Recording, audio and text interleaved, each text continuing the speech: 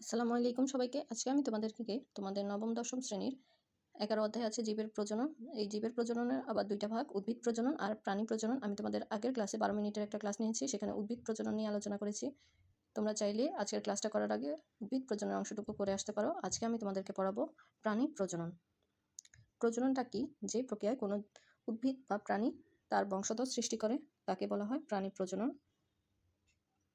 প্রাণী প্রজনন আবার দুই ধরনের, অযৌন প্রজনন আর যৌন প্রজনন। অযৌন প্রজনন হয় নিম্ন শ্রেণীর প্রাণীতে, আবার এদের মধ্যে মুকুলোদ্গম, বিভাজন, খণ্ডকায়ন এই পদ্ধতিতে অযৌন প্রজনন হয়। যৌন প্রজনন হয় দুইটা বিপরীতধর্মী গ্যামেট যখন পরস্পরের সাথে মিলিত হয় তখন তাকে বলা হয় যৌন প্রজনন। নিষেকটা দেখো, যৌন প্রজননের জন্য শুক্রাণু আর ডিম্বাণুর মিলনকে বলা হয় নিষেক। শুক্রাণু আর ডিম্বাণুর মিলনকে বলা হয় নিষেক।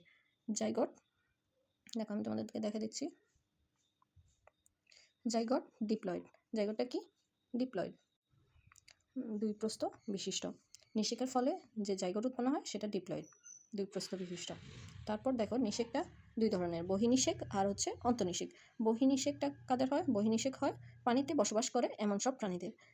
পানিতে কারা বাস করে? মাছরা কি করে? স্ত্রী মাছ পানিতে ডিম পাড়ে, তখন পুরুষ মাছ এসে ওই ডিমটার উপর শুক্রাণুগুলো ছিটায়, এর মাধ্যমে এদের নিষেক সম্পন্ন হয়। এটা যেহেতু দেহের বাইরে হয় তাই এটা হচ্ছে বহিনিষেক। আর অন্তনিষেকটা কি হবে? যেটা দেহের ভিতরে সংগঠিত হয় সেটা হচ্ছে অন্তনিষেক। দেখো, এখানে বহিনিষেকের উদাহরণ দেওয়া আছে মাছ, ব্যাঙ। ব্যাঙও কিন্তু বহিনিষেক হয়, কিন্তু ব্যতিক্রম হচ্ছে হাঙর। সকল মাছই কিন্তু বহিনিষেক হয়, ব্যতিক্রম হচ্ছে হাঙর। অন্তনিষেক স্ত্রী দেহের জননাঙ্গে সংগঠিত হয়, যেটা হয় আর কি, সেটা হচ্ছে অন্তনিষেক। এইখানে একটা ফ্লোট চার্ট আছে, তোমরা এটা দেখে নিবে পরীক্ষায়। গ বা গতে নিষেকের বর্ণনা চাইলে তখন তোমরা এই ফ্লোট চার্টটা দিতে পারো। তোমরা কিছু বর্ণনা লিখে তখন তুমি এই ফ্লো চার্টটা যখন দিবে তখন তোমার মার্ক এমনি টিচারটা দিয়ে দিবে। বায়োলজিতে মার্ক পাওয়ার জন্য বেশি লিখতে হয় না, অল্প লিখেই অনেক মার্ক পাওয়া যায়। তারপর দেখো, মানব প্রজননে হরমোনের ভূমিকা। দেখো, যে হরমোন এক ধরনের জৈব রাসায়নিক পদার্থ যা নালীহীন গ্রন্থি থেকে নিঃসৃত হয়। নালীহীন গ্রন্থি মানে অনাল গ্রন্থি, আর নালী নেই, তাহলে এটা এই যে হরমোনগুলো কাজ করে কিভাবে? রক্তের মাধ্যমে দেহের বিভিন্ন অঙ্গে ছড়িয়ে পড়ে এরা।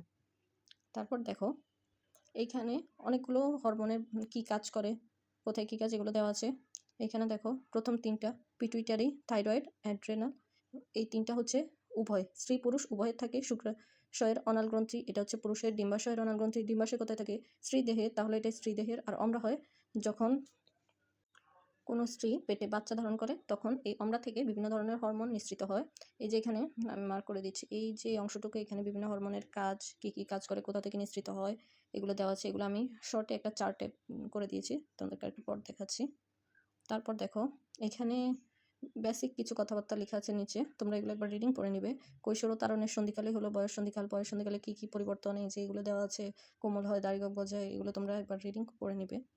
তারপর দেখো, এই যে বিভিন্ন হরমোনের ভূমিকা, এই চার্টটা তোমরা পড়ে নিবে। চাইলে স্ক্রিনশট দিতে পারো, আমি পিডিএফ দিয়ে দিব, পিডিএফ থেকে দেখে নিবে, ঠিক আছে? তারপর নিচে আসো, এখানে কিছু গুরুত্বপূর্ণ এমসিকিউ আছে। সাধারণত 40 থেকে 50 বছর বয়স পর্যন্ত মেয়েদের ঋতুস্রাব বা চক্র চলতে থাকে। কয় বছর? 40 থেকে 50, এই যে বছরটা, এটা কিন্তু গুরুত্বপূর্ণ। তারপর এই যে এরপর ঋতুস্রাব চিরদিনের জন্য বন্ধ হয়ে যায়, একে বলা হয় মেনোপজ বা রজনীবৃত্তিকাল, এটা সংক্ষিপ্ত প্রশ্নে আসতে পারে। তারপর গর্ভাবস্থায় মেয়েদের রক্তস্রাব সাময়িক বন্ধ থাকে। সন্তান প্রসবের প্রায় 1.5 মাস, কয় মাস? 1.5 মাস পর আবার স্বাভাবিক রক্তস্রাব শুরু হয়। এখান থেকে এটুকু জানলেই হবে। আর এখানে বেসিক কিছু কথাবার্তা লেখা আছে, এগুলো তোমরা পড়ে নেবে একবার।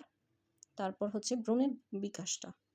ভ্রূণ কিভাবে মায়ের শরীরে কিভাবে আস্তে আস্তে আস্তে আস্তে একটা মানব শিশুতে পরিণত হয়, সেটা হচ্ছে ভ্রূণের বিকাশ। এইখানে আবার অম্রা নিয়ে লেখা আছে নিচে, দাঁড়াও। অম্রা যে বিশেষ অঙ্গের মাধ্যমে মাতৃজরায়ুতে ক্রমবর্ধমান ভ্রূণ এবং মাতৃজরায়ুর টিস্যুর মধ্যে সম্পর্ক স্থাপিত হয় তাকে আমরা অম্রা বা গর্ভফুল বলি। ভ্রূণ জরায়ুতে পৌঁছানোর 4 থেকে 5 দিনের মধ্যে সংস্থাপন সম্পন্ন হয়। কয় দিনের মধ্যে? 4 থেকে 5 দিনের মধ্যে। এখানে অম্রার কাজ আছে, এই কাজটা তোমরা পড়ে নিবে। এই কাজটা খুবই গুরুত্বপূর্ণ, এই কাজটা খুবই গুরুত্বপূর্ণ তোমাদের জন্য, বুঝেছ? এটা তোমরা পড়ে নিবে, আমি স্টার দিয়ে রাখলাম। তারপর দেখো, নিচে আসো, ভ্রূণের বিকাশ, ভ্রূণ কিভাবে আস্তে আস্তে বড় হয়। দেখো, শুক্রাণু ও ডিম্বাণু মিলনের ফলে কি হয়, প্রথমে নিষেক ঘটে, তার এই নিষেকের ফলে তৈরি হয় কি, জাইগোট। এই নিষেকের ফলে তৈরি হয় জাইগোট। এই জাইগোটটা প্রথমে একটা থেকে দুইটা মিনস এখানে কি কোষ বিভাজন হয়, কোষ বিভাজনের ফলে একটা থেকে দুইটা, দুইটা থেকে চারটা, এভাবে করে বিভাজন হয়। বিভাজনের পর তারপর দেখো এখানে তো মাইটোসিস বিভাজন হলো, মাইটোসিস বিভাজনের মানে একটা থেকে দুইটা, দুইটা থেকে চারটা হলো। তারপর এই যে বিভাজিত হতে হতে এটা একটা গোলাকৃতির অংশ তৈরি করে, এটাকে বলে ব্লাস্টোসিস তৈরি।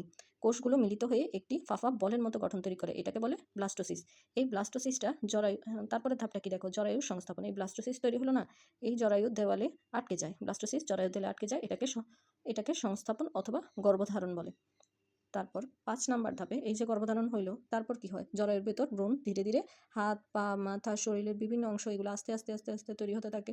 তারপরে এই যে দেখো এই আস্তে আস্তে মানব শিশুতে পরিণত হতে থাকে। আমরা মায়ের জরায়ুর দেওয়াল গঠিত হয়, এটি মায়ের ও ভ্রূণের মধ্যে খাবার, অক্সিজেন ও বর্জ্য আদান প্রদান করায়। অমরার কাজ, এই যে এইটা হচ্ছে অমরার কাজ, আমি নিচে লিখে দিয়েছি, এই যে দেখো অমরার কাজ। আর নারীর কাজ, এই যে দেখো পরের ধাপেই আছে নারী। নারী কি করে, নারীর মাধ্যমে ভ্রূণের শরীরে পুষ্টি ও অক্সিজেন পৌঁছে যায় ও বর্জ্য বেরিয়ে যায়। তারপর 38 থেকে 40 সপ্তাহ পর ভ্রূণের পূর্ণ বিকাশ হয় শিশুর, এবং শিশুর জন্ম হয়, আস্তে আস্তে বড় হয়। তারপর 38 থেকে 40 সপ্তাহ পর ভ্রূণ পূর্ণ বিকাশ হয়, তারপর শিশুটা জন্ম হয়। এখানে এই অমরার কাজ, নারীর কাজ, এই দুইটা কিন্তু কোনটা কার কাজ এটা আলাদাভাবে তোমাকে দেখতে হবে, আমি নিচে লিখে দিয়েছি, তোমরা দেখে নেবে। তারপর এইখানে এই যে ফ্লো চার্টটা, এইটা তোমরা মনে রাখলে উপরের যে ব্যাখ্যাগুলো তোমরা এমনি মনে থাকবে, এইটা কষ্ট করে মনে রাখিও, ঠিক আছে? বা তোমরা যখন ব্যাখ্যা দিবে না, ব্যাখ্যার শেষে এভাবে যখন একটা ফ্লো চার্ট দিয়ে দিবে, তখন ম্যাডামরা আর উপর তুমি কি কি লিখছো এগুলো আর পড়তে হবে না। তো ওরা যখন সহজে কিছু বুঝতে পারবে তখন তোমাকে মার্ক এমনিই বাড়িয়ে দিবে। তারপর দেখো এইখানে ছবি আছে, ছবিটা তোমরা দেখে নিবে। এখানে একটা এমসিকিউ আছে, অ্যাম্বিলিকাল কর্ড দ্বারা ভ্রূণের নাভির সাথে যুক্ত থাকে। এখানে এই যে অ্যাম্বিলিকাল কর্ড দ্বারা ভ্রূণের নাভির সাথে যুক্ত থাকে, একে নাড়িও বলা হয়। এই এমসিকিউটা দেখে নেবে। তারপর এইখানে সময়গুলো দেওয়া আছে, তোমরা সময়গুলো কিন্তু এখানে অনেক গুরুত্বপূর্ণ, কখন কি হয় কোন সময়, এই সময়গুলো তোমরা বই দেখে এই সময়গুলো দেখে নেবে। নিচে দিয়ে কিন্তু এগুলোর ব্যাখ্যাও দেওয়া আছে, ঠিক আছে? বই দেখে, এগুলো বই থেকে কিন্তু নেওয়া, বই দেখে তার এই সময়গুলো মুখস্থ করে নেবে। তারপরে আসো, এরপর তোমাদের আছে এইডস, অ্যাকুয়ারেড ইমিউনো ডেফিসিয়েন্সি সিনড্রোম। এখানে এইডসের বিভিন্ন কারণ আছে, লক্ষণ আছে, প্রতিরোধ আছে, এগুলো তুমি বই দেখে দেখো। বইতেই কিন্তু, এখানে বইতে আমি আর নতুন করে কিছু দিই নাই, বইতেই সুন্দরভাবে এগুলো পয়েন্ট দিয়ে দিয়ে দিয়ে দেখো, এই যে পয়েন্ট দিয়ে দিয়ে সুন্দরভাবে সাজানো আছে।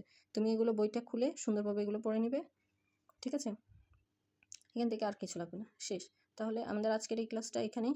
আমি তোমাদের পিডিএফটা দিয়ে দিব, পিডিএফ থেকে এই যে চার্টগুলো, তারপরে এই যে কাজ, অমরার কাজ, তারপরে এই ফ্লো চার্টটা এইখানে আমি চিত্র দিয়ে বুঝিয়েছি, তোমরা এখানে অমরার কাজ, নারীর কাজ এগুলো দেখে নেবে, ঠিক আছে? আজকের ক্লাস এটুকুই। সবাইকে আসসালামু আলাইকুম।